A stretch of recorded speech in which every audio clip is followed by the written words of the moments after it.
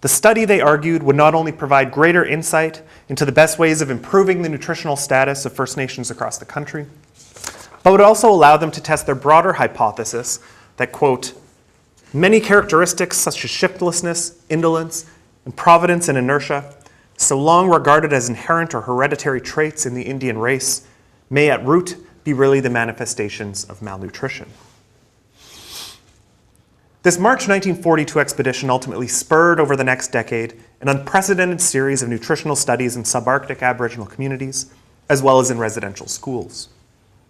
The first of these began in 1942 and saw 300 of the malnourished members of the Norway House and Cross Lake First Nation being used as experimental subjects in a study on the effectiveness of a range of different vitamin supplements in the treatment of acute nutritional deficiencies. The study saw roughly half the group being used as controls, meaning they got no intervention, and the other half being provided with various kinds of supplements. This was followed by a somewhat more ambitious 1947-1948 James Bay nutrition study under the leadership of Tisdall, Moore, and University of Toronto anthropologist G. Gordon Brown. Utilizing a team of 12 researchers, including 6 physicians, a dentist, an X-ray technician, a photographer, and 3 anthropologists, the study examined the James Bay Cree communities of Attawapiskat and Rupert's House in order to explore the relationship between malnutrition, traditional Indigenous foodways, and so-called dependence on government relief in 2 subarctic communities.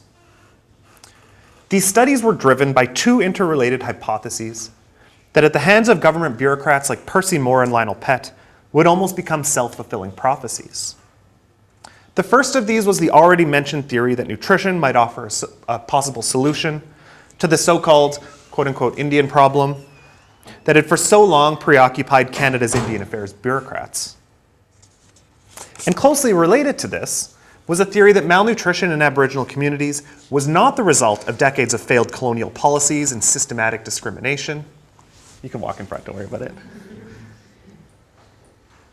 But instead was the result of what they believed was the inevitable transition from so-called traditional to so-called modern diets. Or, as a 1948 press release from Indian Affairs argued, quote, Canada's Northern Indians have lost the art of eating.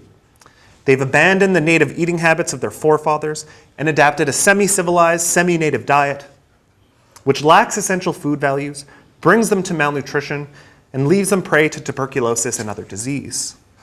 The white man, who is unintentionally responsible for the Indians' changed eating habits, is now trying to salvage the red man by directing him towards proper food channels, end quote. As this press release seemed to suggest, the solution to the problem of malnutrition, and therefore the so-called Indian problem more generally, was seen to be increased expert intervention into Aboriginal people's diets and everyday lives.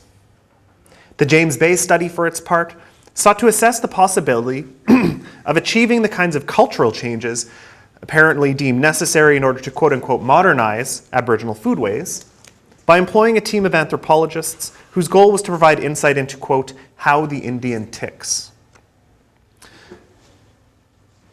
As Frederick Tisdall told a parliamentary committee in 1947, quote, we do not know as much as we should about what motivates the Indian.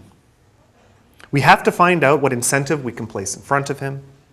The Indian is very different from us. We have to find out how the Indian can be encouraged, how his work can be diversified, his efforts diversified, so he can make himself self-supporting, so he can obtain the foods he needs, end quote. But the researchers also sought more direct and technologically focused forms of intervention into the diets of Aboriginal peoples. Moore, in particular, believed that fortified foods combined with some sort of vitamin and mineral supplements could offer the best means of transforming Aboriginal diets and preventing malnutrition. This, it became clear, formed the key motivation behind the most ambitious study of all, which under the leadership of Federal Nutrition Division Director Lionel Pett, sought to examine the effects of expert intervention into the diets of nearly 1,000 Aboriginal students in 6 Indian residential schools over the course of 5 years. The study was a joint effort between the Nutrition and Indian Health Services divisions of the Federal Department of National Health and Welfare, and was spurred in part by the findings of the Northern Manitoba study, but also by the discovery of widespread malnutrition in residential schools following a series of visits by Red Cross and Nutrition Division dietitians between 1944 and 1947. Although Aboriginal people themselves had long been arguing, for decades at least, that their children were hungry and sick because of the poor quality of food being provided in the schools, it was only following a series of investigations during the 1940s that government officials both in and outside of Indian Affairs began to admit that the problem of malnutrition in Canada's residential schools was systemic in nature. These initial dietary surveys of schools, and this is a photo from one of those surveys, were largely observational and for the most part compared food service in schools against the official dietary requirements set out by the Federal Nutrition Division, as well as basic standards of hygiene and food safety.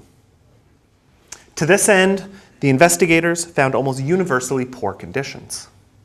Nearly without exception, the food failed to meet the government's own basic stated requirements for vitamins, minerals, protein, and even in some of the most poorly operated schools, even calories. At many schools, children were not allowed second helpings no matter how hungry they were. And so-called protective foods like meat, milk, fruits, and vegetables were a rarity. Schools often lacked trained cooking staff, and many lacked even rudimentary appliances, refrigeration, or basic sanitation. And even where there was an experienced kitchen staff, there were rarely sufficient funds to actually purchase nutritious foods. It quickly became clear to investigators that this latter issue in particular was at the heart of the problem. Based on the Nutrition Division's own calculations, the per capita grant provided for food in most schools was often half that required to maintain a balanced and nutritionally adequate diet. The sad reality is these terrible conditions recorded by Red Cross and Nutrition Division investigators were probably not a true reflection of just how poor the food service in schools really was. Because the inspectors let the schools know in advance that they were coming, it seems clear that most schools tried to paint a much rosier picture of the children's meals than was usually the case. For instance, Basil H. Johnson, a survivor of the Spanish residential school in Northern Ontario, distinctly remembered the visits by nutrition inspectors, as well as the ways in which the school administrators tried to alter the results in their own favor. Upon the arrival of investigators, he recalled, quote, "Instead of lard, there were pats of butter on a tin plate, and the soup was thicker than usual with more meat and vegetables, almost like a stew." Despite attempts by some of the boys to make the investigators aware that their usual menu consisted of broth, bread, lard, and tea, nothing ultimately came of the investigations, and the boys saw the return of their typical diet of, quote, "just enough food to blunt the sharp edge of hunger for 3 or 4 hours." Nutrition Division Director Lionel Pett did make some early recommendations to improve the training of kitchen staff in residential schools in the aftermath of these first sets of nutrition surveys.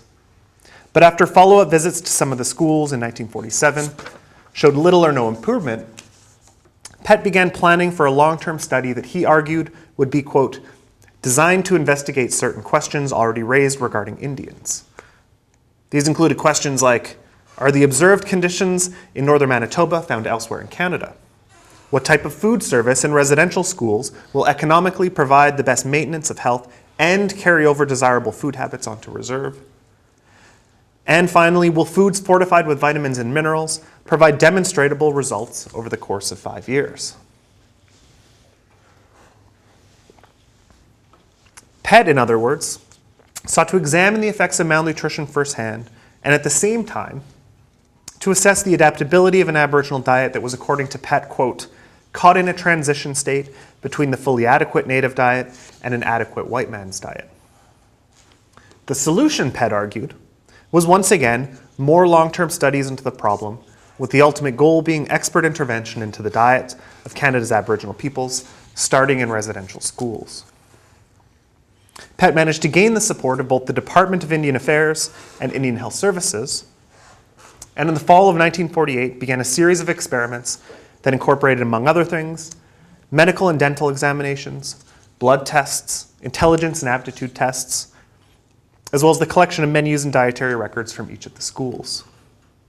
In addition to the Newfoundland flour experiment at the St. Mary's School in Kenora, Ontario that I discussed at the outset of this talk, Some of the other experiments included a double-blind randomized study of the effects of vitamin C supplementation on malnourished children at the Shubenacadie School in Nova Scotia, pictured here. An examination of the effects of both inadequate and adequate milk consumption on a population of children with clinical signs of riboflavin deficiency at the Alberni School in British Columbia. An examination of the effects of something called Canada-approved vitamin B flour at the Blood School in southern Alberta. And an experiment looking at the impact of a combination of intensive nutrition education and the provision of optional servings of whole wheat bread at the Cecilia Jeffrey School in Kenora.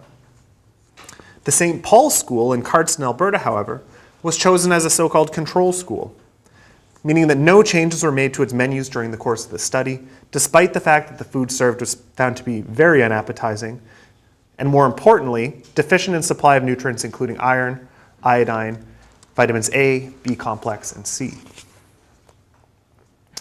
While most of these studies ostensibly involved at least some therapeutic value, it's important to note that none address the broader range of nutritional deficiencies assessed at each school. Instead, they focused on a much more narrow, technologically based interventions that could be applied to the problem of malnutrition both on reserve and in residential schools alike. And in some cases, the researchers actively withheld certain treatments from the students. For instance, when Dr. H.K. Brown, one of the lead researchers on the study and the chief of the Dental Health Division of the Department of Health and Welfare, discovered that Indian Health Services dentists had visited some of the students, he quickly sent off telegrams and letters insisting that for the duration of the study, quote, no specialized overall type of dental service should be provided to students, such as the use of sodium fluoride, dental prophylaxis, or even urea compounds. Brown argued that because cavities and gingivitis were both, quote, important factors in assessing nutritional status, that any significant dental interventions would impact the results of the study. Students in the experimental schools, in other words, were denied treatments that pupils in other residential schools would have had ready access to for the duration of the 5-year study. Well, the stated goal of these particular experiments was supposedly in the long term to improve the nutrition in residential schools around the country. They were also clearly designed to offer a range of possible solutions to the so-called Indian problem more generally. Alberni School Principal A.E. Caldwell, for his part, felt that the goals of the experiment were consistent with what he viewed as the goals of residential schooling, and I apologize for his hateful comments. Quote, constructive teaching in residential schools, he wrote, will lead the Indian people away from their indolent habits in the race because of their hitherto easy means of sustenance by hunting and fishing, teaching them habits consistent of industry necessary to compete in industrial age, and will furthermore dispel the almost universal opinion of white antagonism that makes the Indian people so difficult to negotiate with, end quote. And I should point out there's about 7 spelling mistakes throughout his letter. While Pett and others involved with the study saw nutrition as an alternative explanation for the so-called inherent racial traits of Aboriginal peoples, their studies were nonetheless grounded in a related set of racialized assumptions that seemed to form the starting point for all investigations of Aboriginal nutrition conducted during this period, and arguably until much later. Namely, that malnutrition was the cause of many of the perceived so-called racial characteristics that had typically been used to define the scope of the so-called Indian problem more generally, and that the observed levels of malnutrition tended to be the consequence of an inevitable transition from so-called traditional to so-called modern foods.